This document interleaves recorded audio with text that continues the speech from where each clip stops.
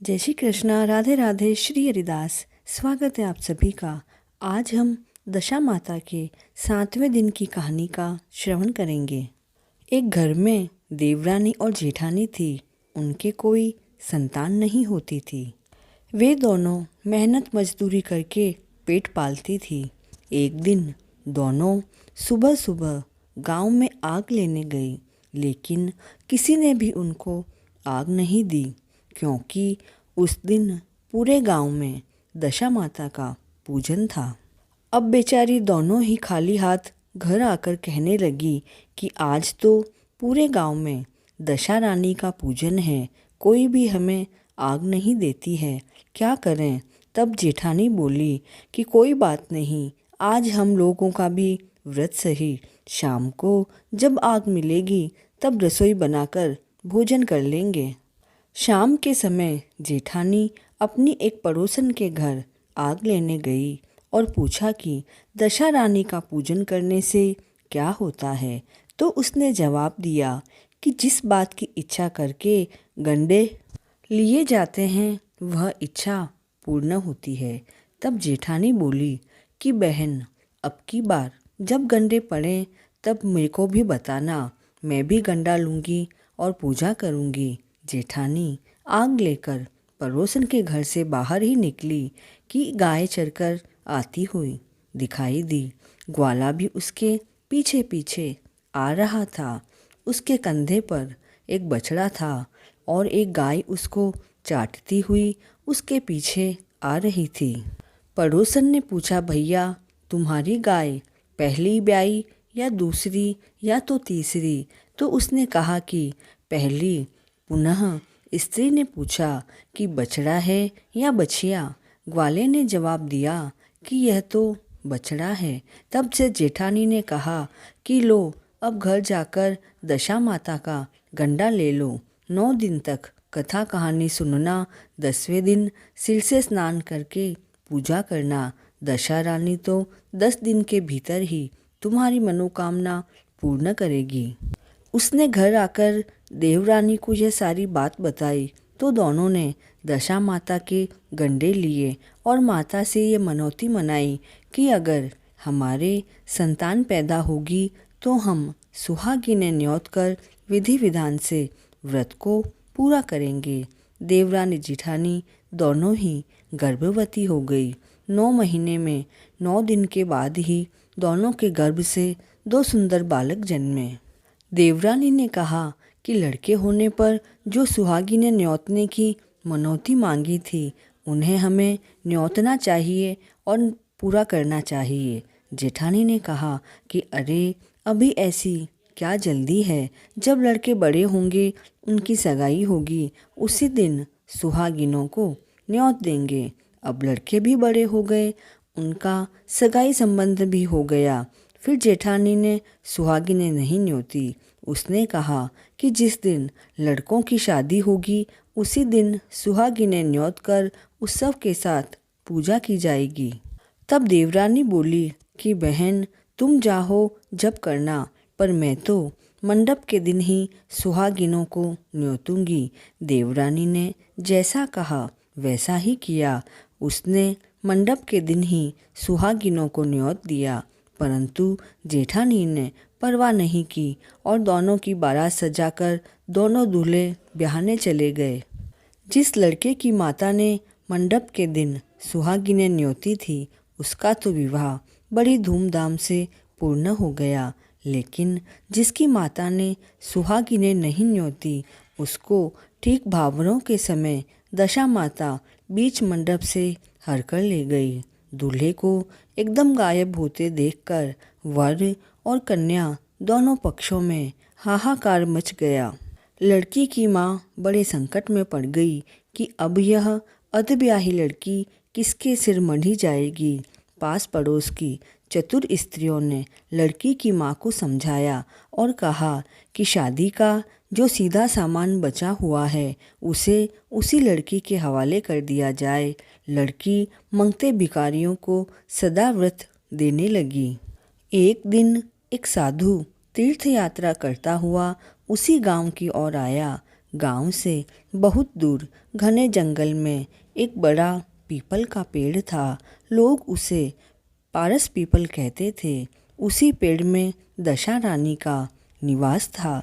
साधु चलता चलता शाम को उसी पेड़ के नीचे ठहर गया। वहाँ अंधेरा हो गया था।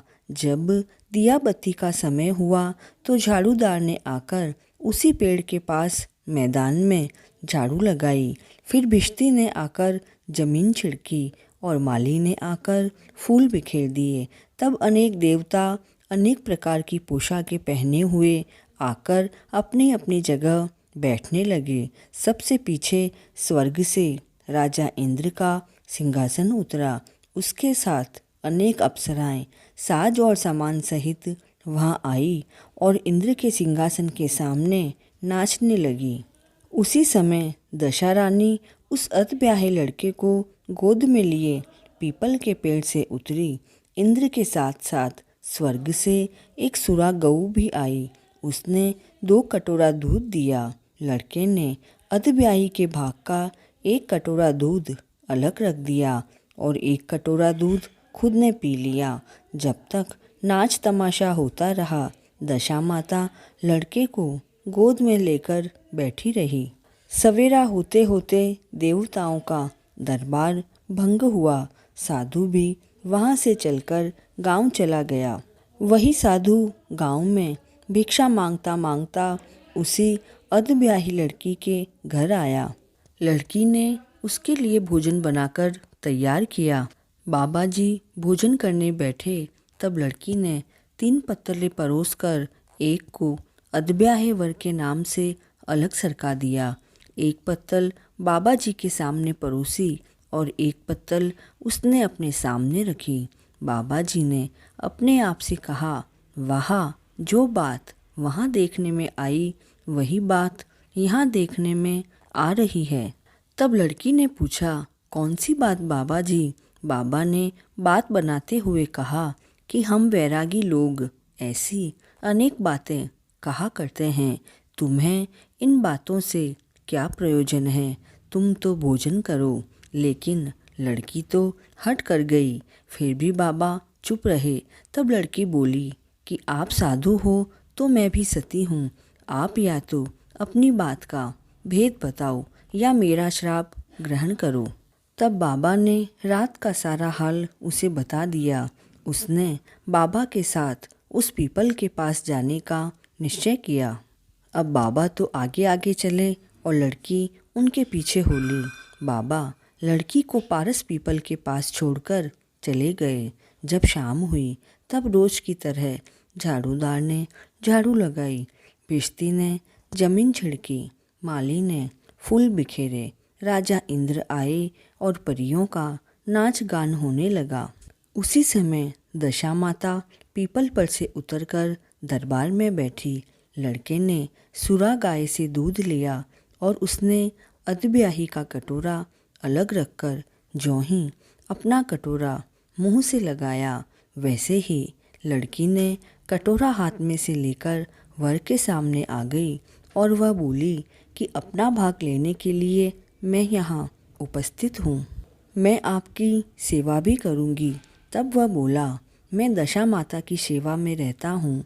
अभी मुझे दरबार में जाकर उन्हीं की गोद में बैठना होगा।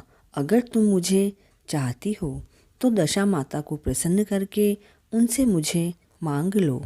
ऐसा कहकर लड़का दशा माता की गोद में जाकर बैठ गया। लड़की अप्सराओं के साथ नाचने लगी। जब सवेरा हुआ तब दशा माता ने कहा कि यह नई नाचने वाली लड़की बहुत नाची है। उन्होंने कहा, मैं तुमसे प्रसन्न हूँ, मांगो जो भी मांगना है। लड़की ने दशा माता से वचन ले लिया कि जो मांगूँ सो पाऊँ। तब उसने दौड़कर अपने पति को पकड़ लिया और कहा कि मुझे तो यही चाहिए। दशा माता ने कहा कि तूने मांगा तो है, परंतु मैं वचन दे चुकी हूँ, इस कारण तेरा वर तुझे देती हूँ। राजा इंद्र ने दशा माता से पूछा कि हे भगवती, यह सब क्या भेद है, मुझे भी बताएं। तब दशा माता बोली कि यह लड़का मेरे ही वरदान से पैदा हुआ, लेकिन इसकी माता ने मनौती मानी थी कि जब लड़का पैदा होगा तब सुहागिनों को न्योता दूंगी, लेकिन उसने आज तक अपना वचन पूरा नहीं किया। इसी कारण मैं अपने दिए हुए बालक को विवाह के मंडप से हर लाई थी और यह इसकी ही आधी ब्याई स्त्री है, किंतु यह बहुत ही पतिव्रता है। इसी कारण यह देव समाज में पहुंचकर मुझसे अपना पति छीन कर ले जा रही है। दशा रानी ने ऐसे वचन सुनकर इंद्रादिक सभी देवताओं ने वर और कन्या पर फूल बरसाए।